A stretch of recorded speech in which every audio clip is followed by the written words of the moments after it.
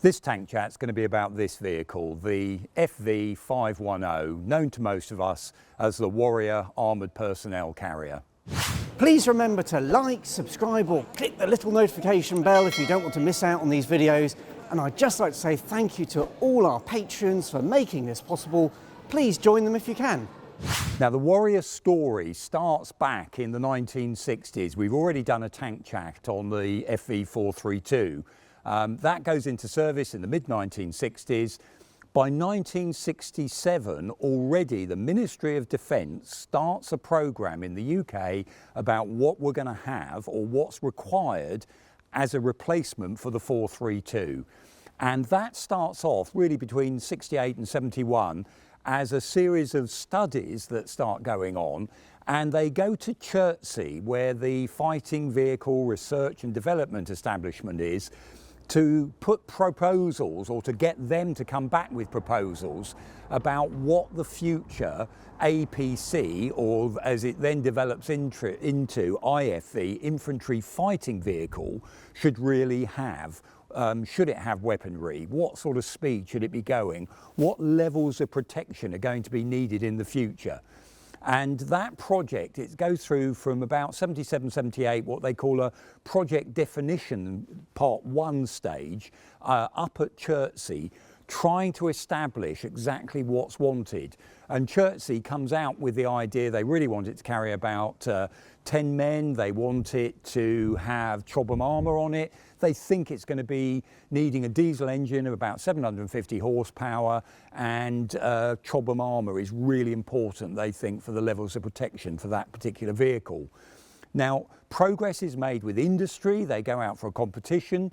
GKN Sankey, who've already made the 432, they win the contract to develop this vehicle further, and they come up with what becomes known as MCV 80. So Mechanised Combat Vehicle 80, and that's basically almost like a cheaper option. It won't have Chobham armour on it, but it does try to meet the requirements, the General Staff requirements 3533, which is to say it's got to be able to carry 10 infantry, got to be able to keep up with the latest main battle tank that will be going into service, which when this all starts, don't forget, will be going through MBT 80 and then it comes on to Challenger 1. So this idea of MCV 80 is developed and taken further forward by GKN Sankey. Later they're bought out by Elvis and then later still BAE. But this idea that they go for some test beds, some test rigs, in other words, some developmental structures to test various components that will be coming together as part of the ultimate FV510 vehicle. And in the end, they put together about 14 different prototypes, and overall about 200,000 miles are completed by those prototypes in getting that vehicle to the reliability and the state of play that the Army actually wants it to go into service. Now, at the same time, the Americans are putting into service the Bradley. And as this second project definition is being worked on by GKN Sankey, Bradley is actually looked at by the British government and MOD at the same time. In the end, it's dropped, not actually meeting the General Staff requirements, but it's another one of these parallel programs where they almost touch at one moment as various people are looking at that, saying, could this be the alternative replacement for 432? 1984, basically the first order is gifted or announced to GKN. They actually say that they'll be putting further orders out to tender, so GKN won't necessarily get all the orders for those vehicles. And in November of 84, the official acceptance is made on that vehicle that's going to become the Warrior. There's a new factory put up by GKN Sankey up at Telford, and 1986 they start the actual production run. The very first vehicles built, 290 in the very first batch. Of those, about 170 of them are going to be the bog standard FV510, which will be the section infantry carrying vehicles, because already they've looked at the proposal of about probably 6 other variants built on the same Warrior chassis, and will be going into service for other roles as well. So about 170 of those are going to have the new turret on, the Radon turret, and be going in service as, and they actually go out there, they're in BOAR. First one's accepted 87 British Army of the Rhine in 1988 starts taking them into service for the first time. And the whole point of them, of course, still the Cold War, 13 mechanised infantry brigades are going to be equipped with the Warrior, with this idea that behind it you've got a vehicle that can keep up with the main battle tanks, which the 432 can't, with those newer generations that will be going into service as we know as Challenger 1. Now those vehicles that are built, they see fairly early service, 1991, pretty much every variant of the Warrior goes out and sees service in the first Gulf War and in Desert Storm as it was known as. And also they see then continuous service. They go out to Bosnia as part of the peacekeeping, Operation Grapple, and later still, of course, we've seen them in Iraq and Afghanistan being used. So let's just look at that basic infantry version of the Warrior. What do we really get there? So the hull is welded aluminium. This has got, even to this day, they officially don't tell you its armour stopping capabilities, but in the original definition and briefs, they really want it to stop small arms fire, up to about 12, 13 millimetre cannon fire and shell fragments. That's the idea behind it. And that armour protection during the course of its production was later on in its service use was supplemented. For example, in 2007 they had something called RAP 2 armour. You'll see the vehicle in different configurations of add-on armour, and one of the reasons they could do that was part of the background need for the Warrior in the sense of how the British Army thought they were going to be using it. They don't expect the soldiers for fighting inside the vehicle. They are transported forward to then be deposited from the door at the back to finish the attack on foot. So that means they don't have to have firing ports down the side of the vehicle, and therefore it doesn't matter if you're adding on armour. So right from the get-go you'll see these add-on armour packs are being made available, even though the original design that goes into service does not have any chobble or any laminate armour on the outside of it. So the vehicle, it's powered by a Perkins Condor CV8 engine, about 550 horsepower. It's got combined with a transmission, an X300 4B transmission, which gives you about 4 forward gears in a range selection, 2 reverse gears. Power assisted brakes are part of that setup, which again is one of the things that when you look at this vehicle, speed is really, really important to keep up with the main battle tanks. But also the way the brakes work, they are very impressive braking. So it almost goes up on its nose sometimes with the strength of those brakes, stopping suddenly, debussing those troops very quickly, which again is safety for the troops that way. Vickers end up making the turret. It's basically subcontracted. It's not aluminium. They make the turret in steel. And that ends up having, it's basically a 2-man turret that they fit the Raden, the 30mm cannon. Royal Ordnance, they're the people that originally come up with the Raden cannon. BMRC, British Manufacturing and Research Corporation, end up getting the contract to make the first load of Raden cannons. They're ultimately bought out by Royal Ordnance sometime later. But they end up producing this 30mm cannon, which we've already seen service on vehicles like the Fox. It's a powerful weapon. It fires bursts in 3-round clips of 30mm rounds. There's a range of different shells available. That's fitted to the turret to give this vehicle this idea. They're moving on from the APC idea to the IFV, Infantry Fighting Vehicle. This can potentially take on other IFVs of that generation, i.e. BMP-1 that you might be meeting into or meeting engagements. It's not likely to take on tanks, or it may do damage to lighter tanks and certainly do damage to things like sighting systems if it was necessary. But the turret, you've got a gunner and commander in that turret. Now the commander is actually part of the infantry section. 7 soldiers in the back plus the commander means 8 soldiers are being carried. The gunner stays with the vehicle, as does the driver, so 2 extras, so you end up normally with, in a 5-10, 10-man unit going into action. 8 to debus, 2 to remain with the vehicle.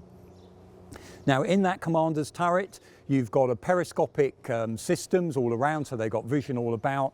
2 types of sighting systems there, which gives you day and night sight as well. the Raven system that was actually put in there. These are upgraded during the course of the service life of the Warrior in there, so it ends up with a night fighting capability as well, which is very important for the British military, that idea that these vehicles can still operate with infrared at night, so they can actually see their way in the dark, or imaging intensifiers. Commander, as you can see, the hatches are open behind me.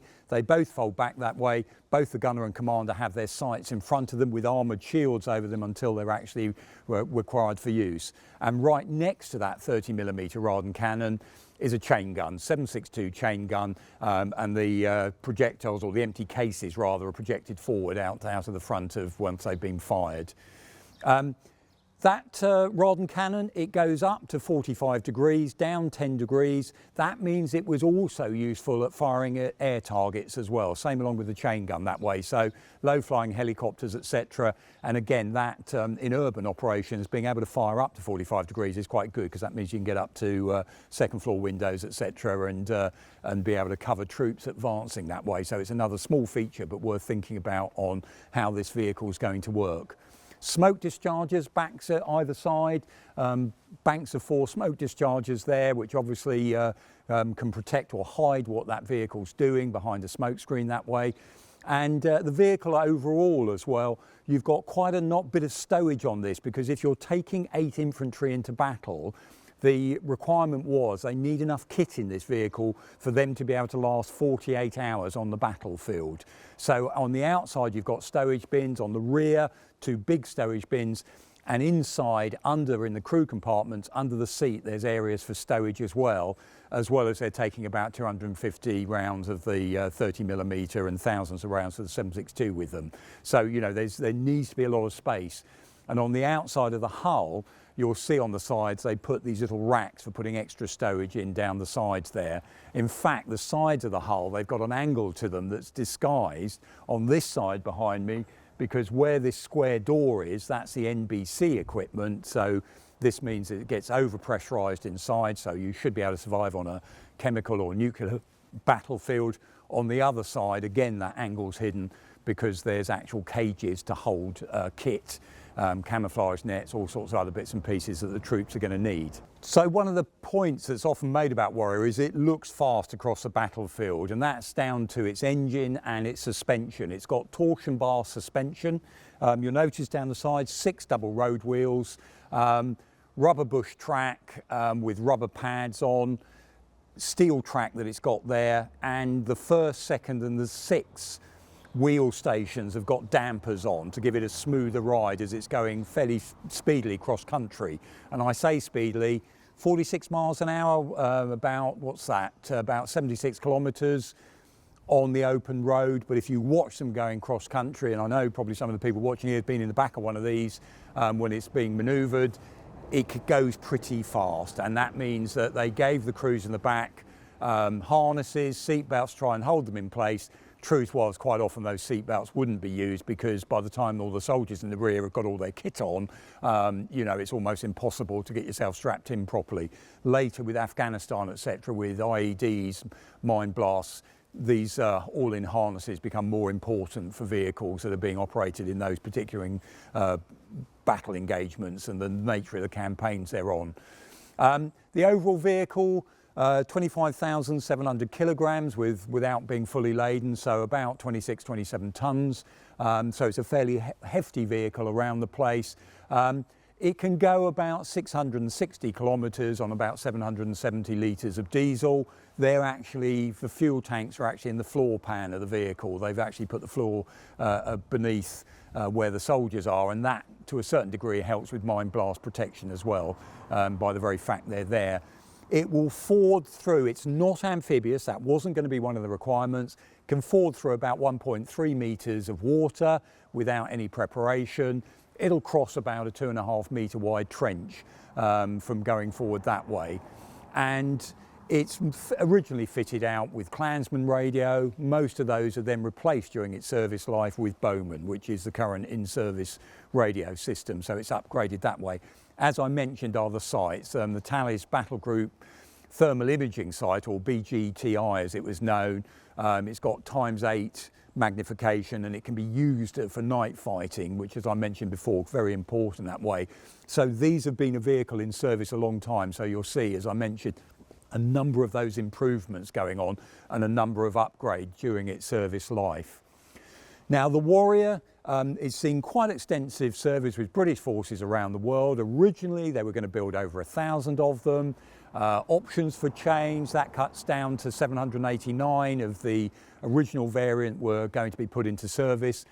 But they also look at it from the point of view of the basis for another range of armoured vehicle based on this to support them, or based on this chassis for the various tasks the battle group's going to need to do. And on that, I've just listed, because I can never remember them all, we've got about 6 variants. So the obvious one, the 510, is the section vehicle, the original IFV. The 511 was a command variant. They made about 84 of those ones. The 512 was a mechanised repair vehicle that was operated by REME. About 105 of those ones were done.